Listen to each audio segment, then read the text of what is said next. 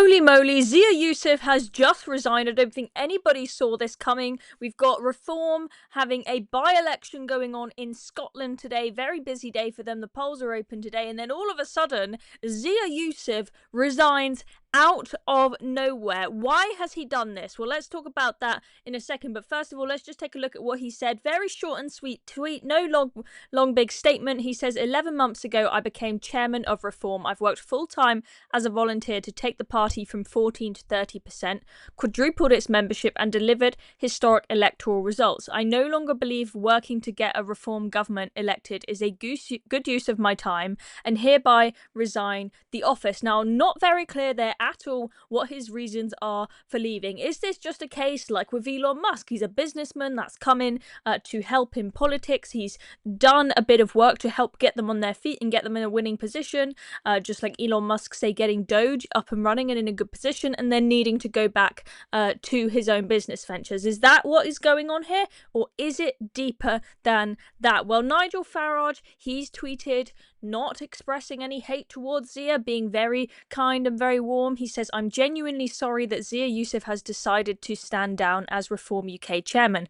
As I said just last week, he was a huge factor in our success on May 1st and is an enormously talented person.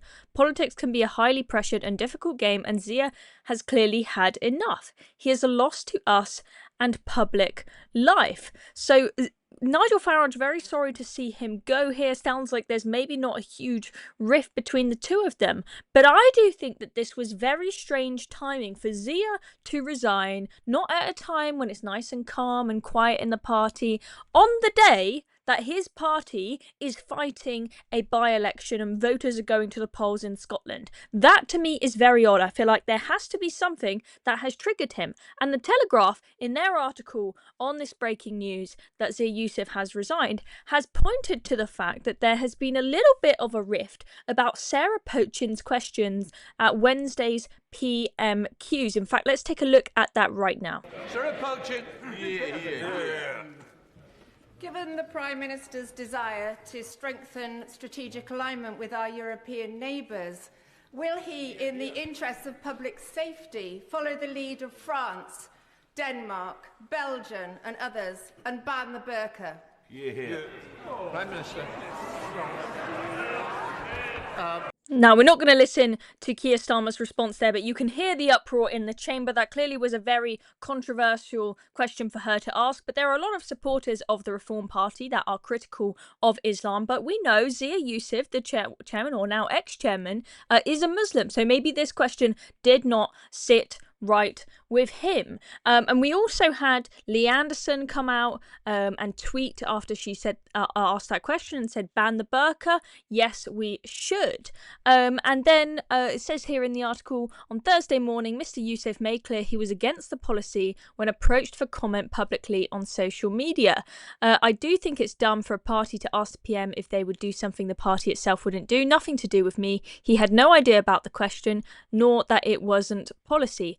Busy with other stuff. And let's just take a look at what went on in that Twitter spat. So Katie Hopkins tweeted at Zia Yusuf directly and said, Mohammed, a Reform Party spokesperson, says a burqa ban is not party policy. Is this you at work again, Mo? What next? Sarah Pochin threaten you in the office? Need to report her to the police? Burqa ban must be party policy. And he responded, nothing to do with me, had no idea about the question, nor that it wasn't policy, busy with other stuff, which we've just spoken about there. So clearly a little bit of a rift going on there. Why won't the Reform Party make it their policy, or is it just something that they've not thought about? Or is it the case that Zia Yusuf has actively behind the scenes said, nope, that's not going to be policy, despite some MPs in the party pushing for it? I don't know, but I have a feeling that this may be the thing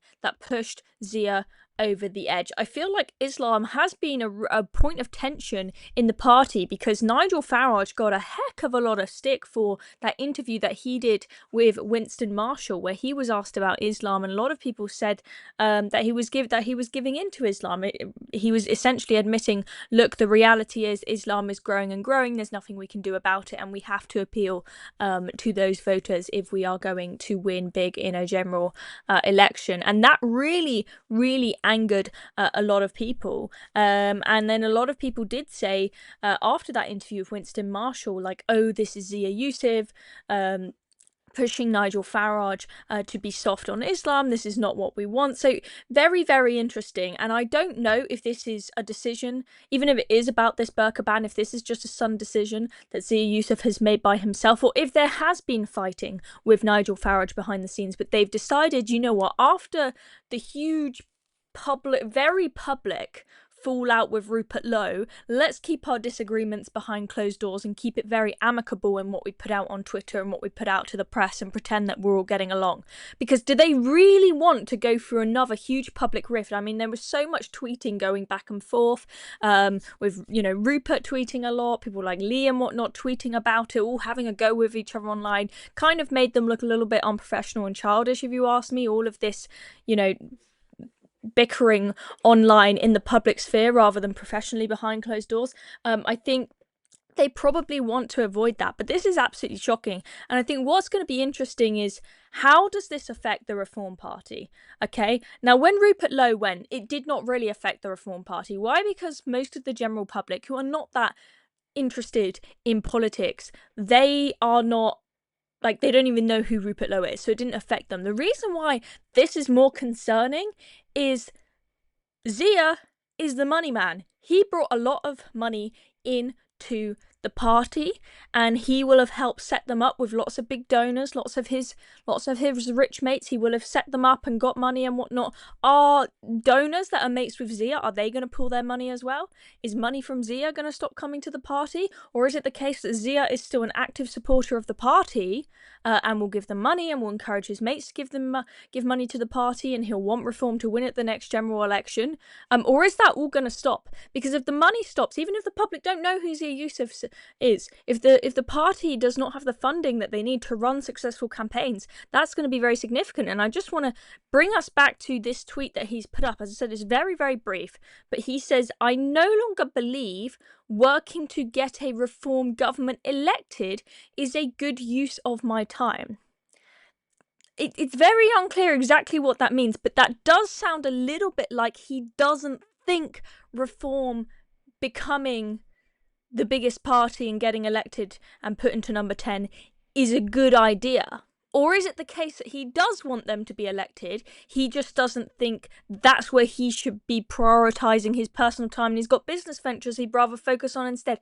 I don't know for sure, but I really do think that this is not as simple as just, sorry, I don't have enough time. There's clearly been some sort of upset for this to happen so suddenly on such an important day for the party. He could have, if it wasn't anything serious and he just wanted to step back slowly, he could have waited and not done it on the day that there is a big by-election happening in Scotland the whole party is focused on. Okay, so this is, you know, very interesting situation, another big fallout. I don't think this means that the party will fall apart, but I think that it could lead to a lot of issues, potentially from a funding perspective. Also, Zia Yusuf has done a lot to really help organise the party and get it on its feet. Is it going to be an organisational mess and just be a one-man Nigel Farage show again if he disappears? I don't know. Let's see. I'm sure this will develop over the coming hours, days and weeks. We will keep you posted, so make sure you're subscribed to Reasoned if you're not already. See you next time.